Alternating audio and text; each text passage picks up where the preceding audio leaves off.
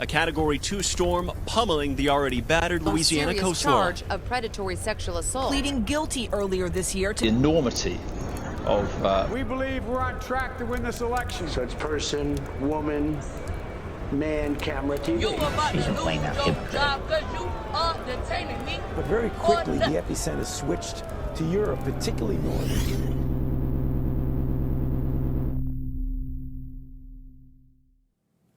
Hey, good morning, church. Thank you so much for joining us online this morning with the Georgetown Church of Christ. I'm glad that you joined us, so thanks for tuning in. You may be surprised by me sharing this a little bit because my choice as a profession as a dentist, but I have a huge sweet tooth. Yes, I have a huge sweet tooth. As a child, I grew up in the home of a dietitian. My mom went back to school when I was in the 3rd grade, okay?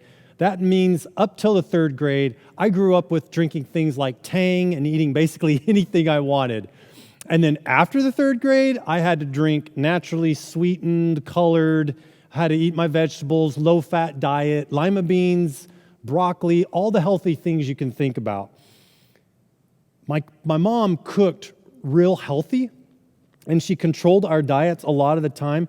And to some degree, she still does. When she bakes with like half the butter. She's never used shortening. All the things that make baking, like cakes and baked goods, really good. My mom didn't do those things. But the one thing she didn't skimp on when I was a child was sugar. Yeah, she loved to use sugar. And her reasoning for using it was she said, well, Ryan, you're young, you're energetic, you're always outside, you're always running and playing, so you're going to burn it off real quick. And so as a child, I became very dependent upon, and I would say even addicted to, sugar and sweet. Now, public service announcement right now, listen closely. Eating sugar isn't bad if you brush your teeth twice a day for 2 minutes and floss every night. I just wanted to add that. As I have aged, what I learned as a child has kind of come to haunt me as an adult. And I am no longer running around playing with my friends outside. I still love to eat sugar. Sugar's effects on the brain are similar to cocaine. As seen in this image on the screen, you can see that the same centers in the brain that are activated by cocaine are also activated by sugar consumption. Sugars are very addictive, and they have unseen side effects. Refined and processed sugars cause an inflammatory response in our bodies and an overexcitation of normal bodily functions. So what does that mean? That means this leads to complications with your health and compromised health over time, which ultimately it leads to a shortening of our life because our body has had to compensate, and the systems that are meant to protect us actually do damage over time. You may be like me and you love sugar, or there may be other foods or substances or other forms of consumption that you just love, that you've become dependent upon, that you've become possibly addicted to, and that you need to, that you would benefit from detoxing your body from. In our current series on detox, today we are going to be discussing the body and the detox of it. The bottom line is all of us, you watching, me, my family, anybody I've come in contact with, we all have our crutch.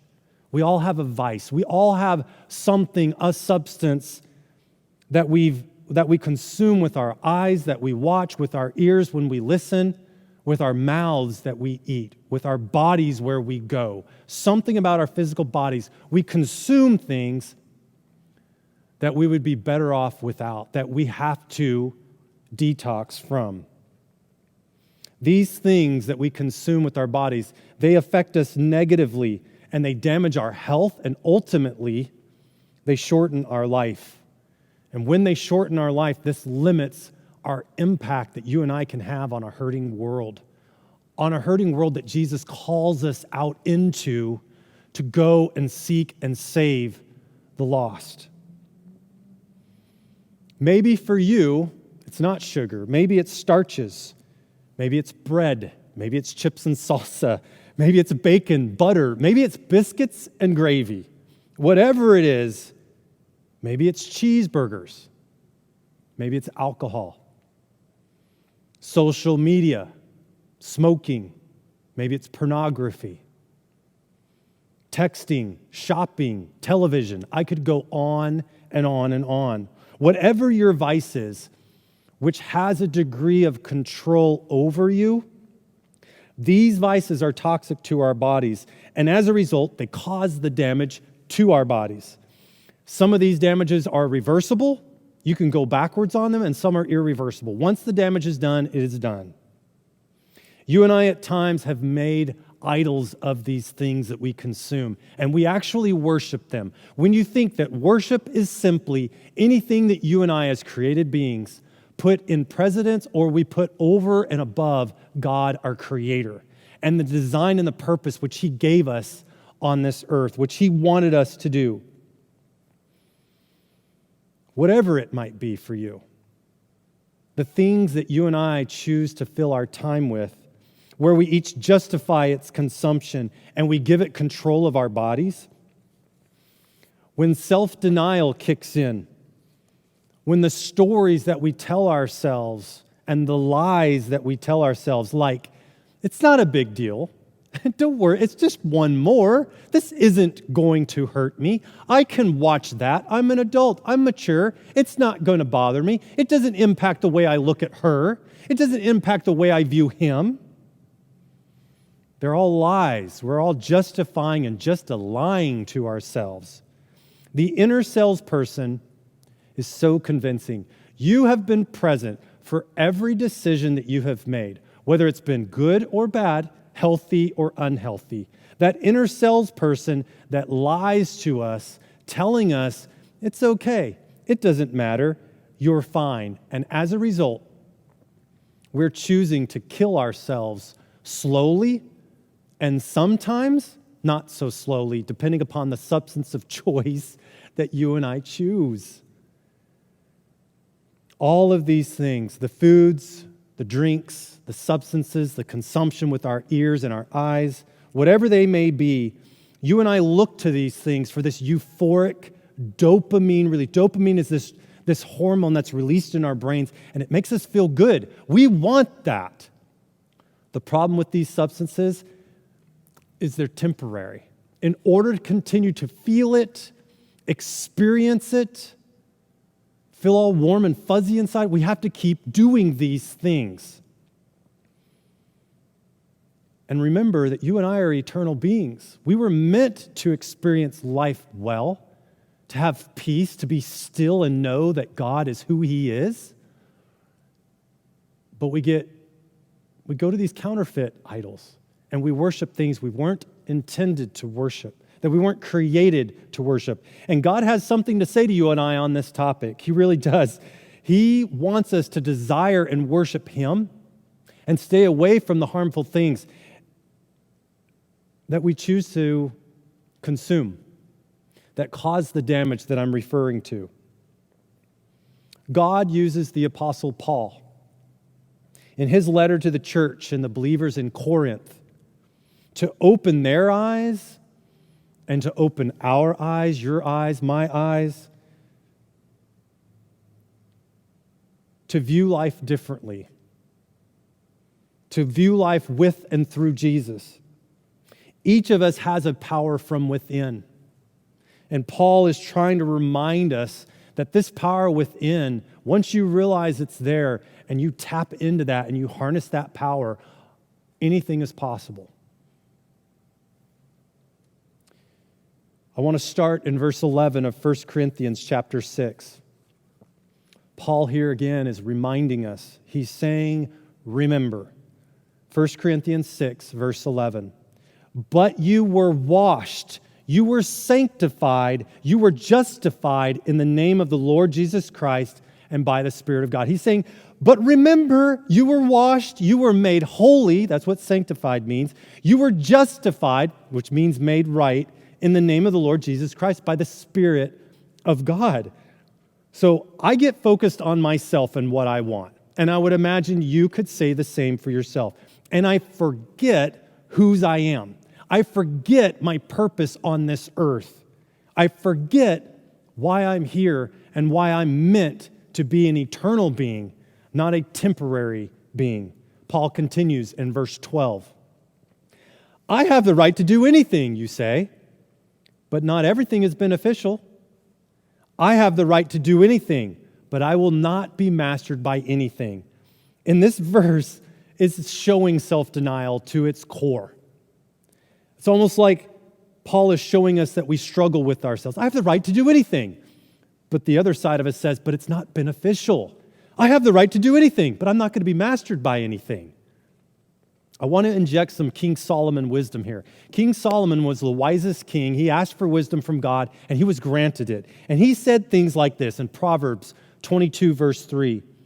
The prudent see danger and take refuge, but the simple, or another way to say simple is the naive, they keep going and they pay the penalty. Are you prudent when it comes to your body? Prudent is acting with or showing concern for and thought for the future. Are you prudent? Do you see the danger coming and take refuge? Do you see and hear of the high probability of the consequences of your choices? And do you change direction once you hear those harmful consequences? Do you choose differently, or do you stay the same course? Do you self-deny and then believe a lie that you tell yourself that it's all going to be okay? What you choose to consume, do you not see the penalty it will cause? The heart disease it's going to cause. The future heart attack, stroke, kidney failure, the early death it's going to bring you. The liver cirrhosis it will bring. The insulin dependence it's going to cause, that's me.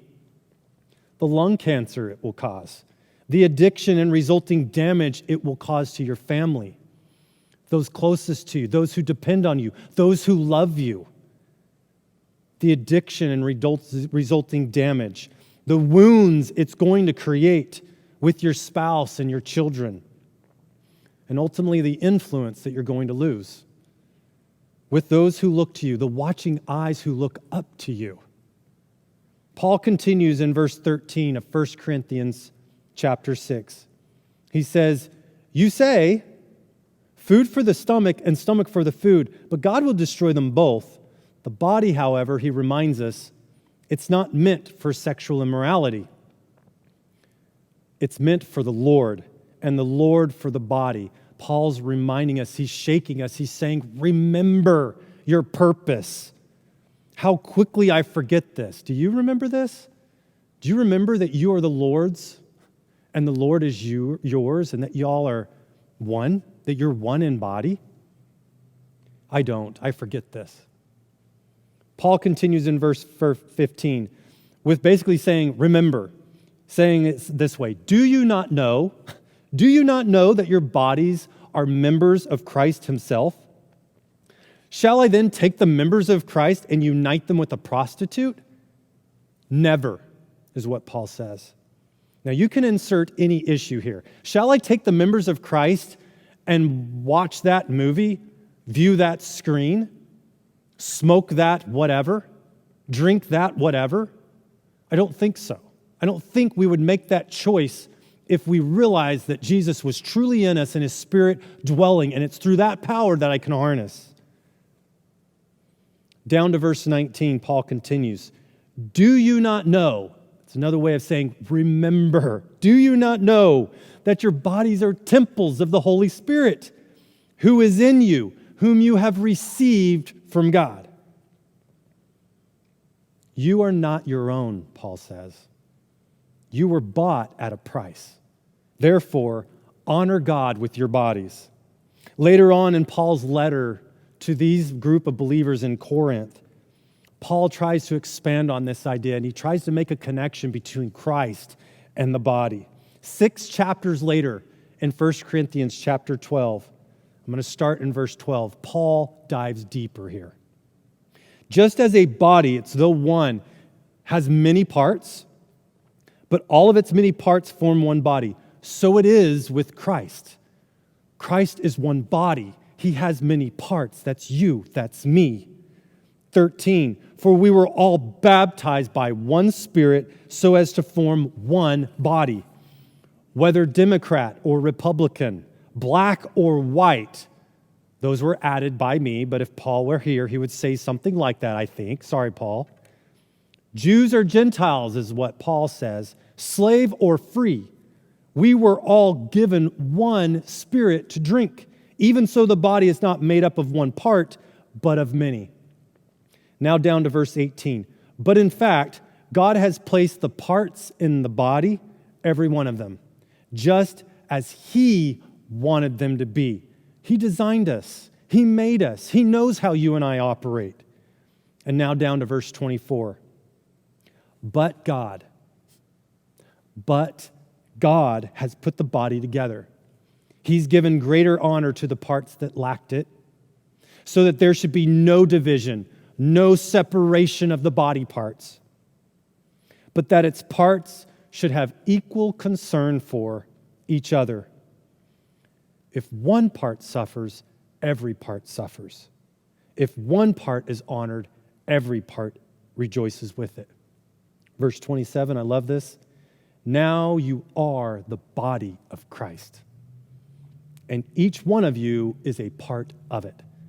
This passage is full of remember. You are not your own. You are not your own. You are the body of Christ.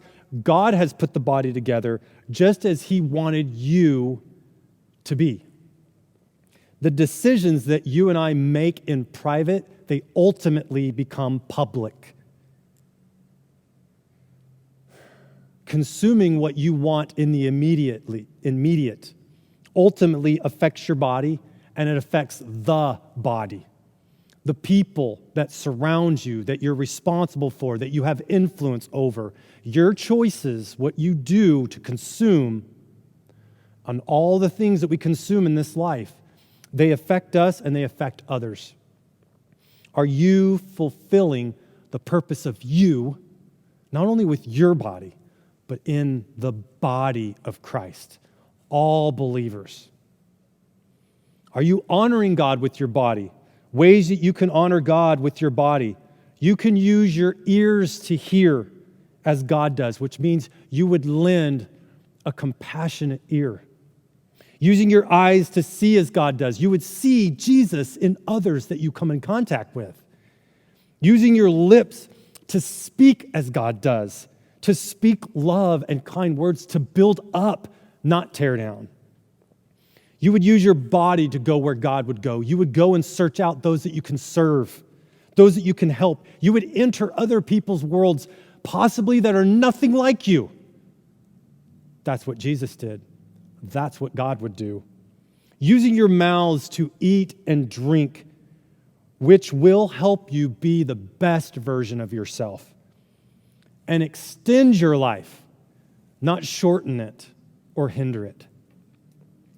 Remember, the body is meant for the Lord and the Lord for the body. I say often, and you might say this too, this isn't for me, so what? It's not a big deal. You might be thinking that, right? Come on, Ryan, you're making too big of a deal of this. And this is right. This is right where Satan wants you. These are the lies that he wants the inner salesperson to say to yourself so that you'll keep doing what you're doing, so that you'll keep making the choices you're making. And Paul would respond to you and I. He would say to me, remember, Ryan, why are you forgetting? Remember, listener. Remember, church. He would say, church, see eternally. Remember your purpose. I am here. You are here on earth to remind ourselves of others of God's love and our unified purpose for the Lord, to show love and be love. Choosing to be the healthiest version of yourself as you possibly can, not placing food or drink or consumption or stuff in and above where God is only meant to hold that place in your heart, in your mind, in your body, in your soul. What differing impact would you be making if you were not under the control of your desire for whatever your crutch is? So you can be the version of yourself that God thought of when He thought of you, when He wove you together and He thought, I want you to be this way. How are these things hindering you from becoming that? Toxifying your body with images and choices of what you watch and listen to.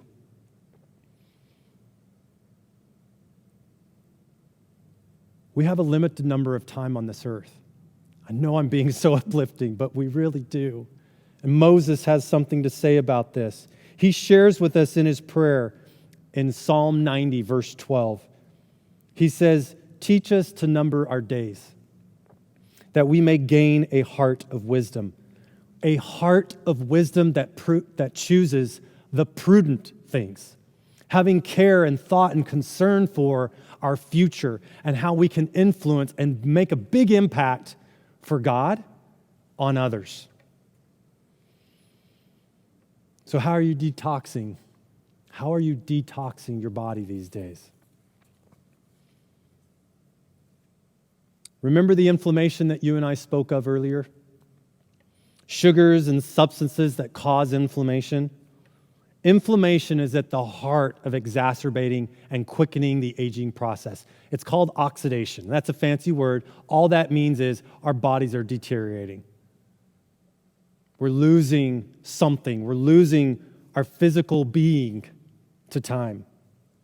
And there's something that can help with this. It's called an elimination diet. And an elimination diet is a diet that you remove substances from your diet and then you add them back in slowly to find out which substances your body can't tolerate and which substances you're sensitive to. So for instance, you could remove sugar, gluten, eggs, soy, corn, and alcohol. If you remove those things for 2 months, how would you feel at the end of that? And then slowly you add those things back in. Why? So you can gain a heart of wisdom. You get to see how those things in your diet harm you. This can apply to anything, though, any detoxifying that you need. You remove it, then you add it back. You remove it, and you see how you feel, how you experience life, how others experience you. Then you add some things back in, one at a time, because you need to see what the impact it has on you. To be aware, to have your eyes opened to this fact. Amber and I were part of a small group years ago before kids, and we met this couple. We would invite couples in to tell us, how can we be good parents? Please, because I need help, and I am scared and I don't know what to do. So we would invite these couples in, and there was a couple. At the time, I thought they were weird, but this man had gained a heart of wisdom because they didn't watch television. They had no TVs in their house. And at first, I thought that was strange. And then he told me why. He said, I am addicted to television. If you sat a television in front of me, I can sit there and waste hours watching nothing. So he removed the televisions from his house so that he wouldn't be consumed by it. But more importantly, his kids could see that he was trying to make the choices necessary in life to rid himself of the things that were toxic to his mind and to his body. Things that took the place of God and took the place of the oneness that we are meant to experience with him. He didn't want to medicate with television and use it as a vice. Because you and I can medicate with many things. Social media, television, texting, smoking, drugs, pornography. Those are things that we look to give us something, to give us that dopamine response, but it's temporary. We have to keep doing it and doing it and doing it, and then it lies to us and say that we need it. That's Satan. Are you going to let that happen? Are you going to let Satan win? I didn't think you'd want to, so you have to remind yourself. Use the power within to overcome. This idea and thought, what Jesus modeled in the words of, your kingdom come, your will be done on earth as it is in heaven. This idea, this kingdom, requires us to be ruled by and under the lordship of Jesus. His Spirit is in us, remember? We are His temple. You and I walking with Him. Satan, he's taken all of us out. Subtly, sometimes not as overtly. He gets us hooked on something, and then our attention is stolen. And then we start to just lie and justify to ourselves and get taken out and lose our influence in this world. When you and I are the best versions of ourselves, we can have a lasting impact. We can have more influence. We are not our own. We were bought at a price. Remember, church. Remember. Over the years, I've learned there's really no point in parenting and telling my kids and you telling your kids to behave and to do this or that and act a certain way if you yourself continue to make choices which affect your own body, your own life, choices which are toxic, choices which our children see us choosing and doing them, and then we tell them don't do the same thing. Our words are empty. They carry no weight. They have no meaning. How powerful is it when you and I tell our kids to not eat sweets or not watch screens or don't be consumed by it, but every time they look at me, I'm on mine. I'm empty words. I don't have any moral authority there. I can say it all day long, but what they see me doing makes the difference. Unfortunately, you and I lose our moral authority and we become hypocrites and create a double standard when we expect others to be careful and others to do these things, and I extend to others no grace. I give myself grace, and I expect everybody else to understand what's going on for me, but I'm not going to extend you the grace. That's not healthy, and that's definitely not influencing well, and it's definitely not being the version of you that God thought of when He thought of you.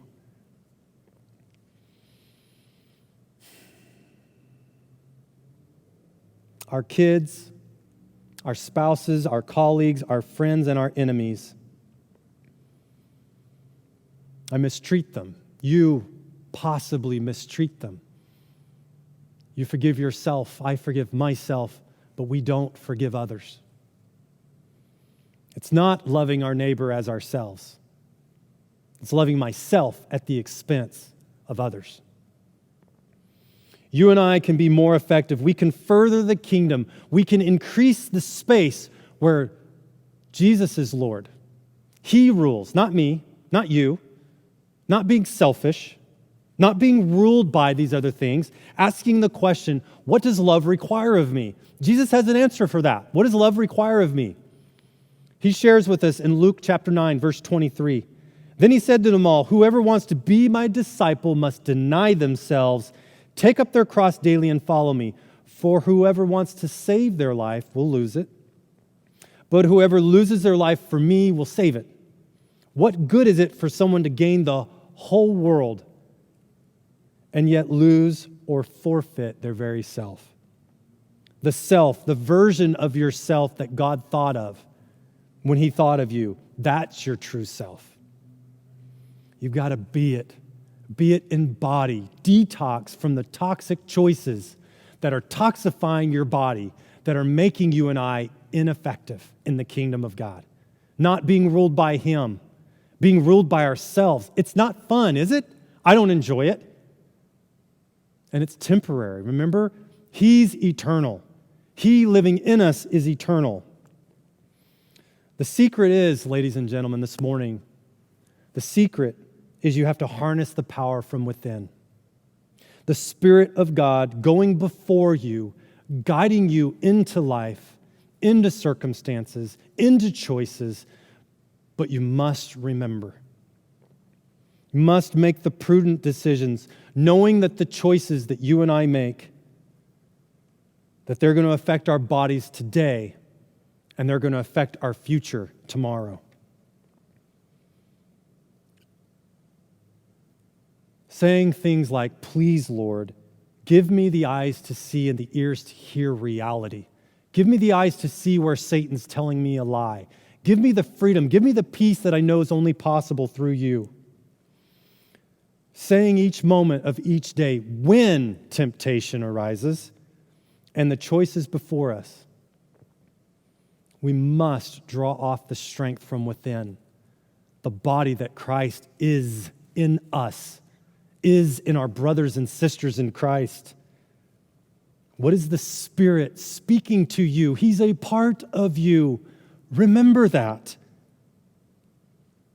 I think you and I, if we ask the question or we say the statement, I can't, but you can, Lord, and you can through me. I can't, but you can, Lord, and you can through me. Use me, because I can't do it on my own.